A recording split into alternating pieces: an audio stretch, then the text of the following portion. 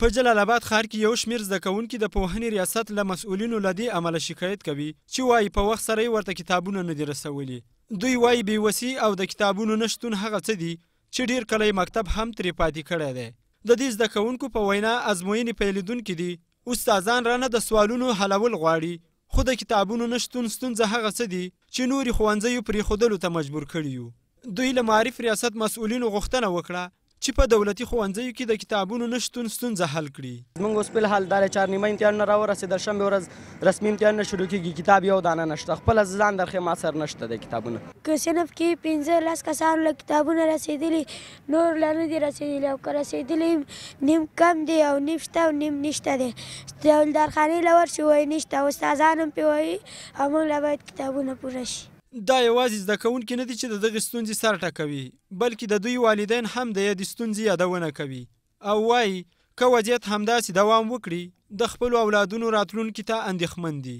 دغلته غریب یم، دغلته ریړه ودرو، بس چې لاړ شي موږ نه کتابونه غواړي او موږ د پیسې کور خرچې له کوو، که دونه چې نه پاتې کېږي 200-300 روپۍ نه پاتې کېږي او موږ د خرچې له کوو او که دوی له کتابونه یو شی مصرف هغه وکړو. دومره پیسې ګټو په کراچۍ کې چې لا د کور نفقه او د ماشومانو لپاره دغه وکړو، نو کتابونه ورته نه شو اخیستی. معارف که لطفا موږ سره مرسته وکړي او کومک وکړي او ماشومانو ته کتابونه ورکړي نو دا به ډېر ښه وي.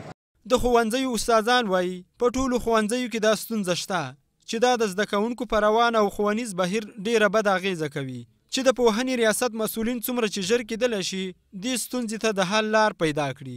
د کتاب نه چې زده نه کړي نو هوایي خو نه زده کېږي که نه، خو کتاب یې مخکې پروت وي، استاد ته په تخته باندې تشریح کړي او شاګرد ما دغه ته ګوري، بیا هر یو شاګرد بېل بېل جګوي او هغه د کتاب نه وایي. چې کتاب نه وایي نو چې نه به وایي. اوس هم چې دی نو بس چهارنیمه امتحان چې دی نو شنبې ورځې نه شروع کېږي او ډېر شاګردانو سره کتابونه نشته. نو بس زموږ هیله دا دی چې مسؤلین دي چې دنه په وخت باندې خاص کر چې دنه وزارت معارف او دغه مربوطه ریاستونه او مدیریتونه په وخت باندې اجرات وکړي. د ننګرهار د پوهنې ریاست چارواکي هم دا ستونزه مني، خو وایي دا یوازې د ننګرهار ستونزه نه ده او د ټول هیواد په کچه ستونزه ده چې دوی په ځلونه د مرکز څخه د حل غوښتنه کړې خو تر اوسه حل نشوه. د ننګرهار د پوهنې رئیس حسیب الله شینواری وایي هڅه کوي چې دا لویه ستونزه ژر حل کړي. موږ په ننګرهار کې د 8 او 8 او 9 ټولګیو یعنې د متوسطې دورې د کتابونو د ډېر کمښت سره مخ یو او کوښښ مو کړی دی چې له بېلابېلو منابعو څومره چې زموږ په واک کې دي د هغې څخه وکولی شو چې دغه خلا ډکه کړو. ولې اوس هم د کتابونو کمبود یوه ستره ستونزه ده او زموږ زده کوونکي د هغې ستونزې سره مخامخ دي. دا لومړی ځل نه دی چې زده کوونکي او د زده کوونکو والدین د ښوونځیو د کتابونو د نشتون څخه شکایت کوي، بلکې له دې وړاندې هم په ځلونه د دې ستونزې نه شکایت کړی چې د چارواکو لخوا په نږدې راتلونکي کې د حل په ژمنه یې ځواب ویل شوی دی.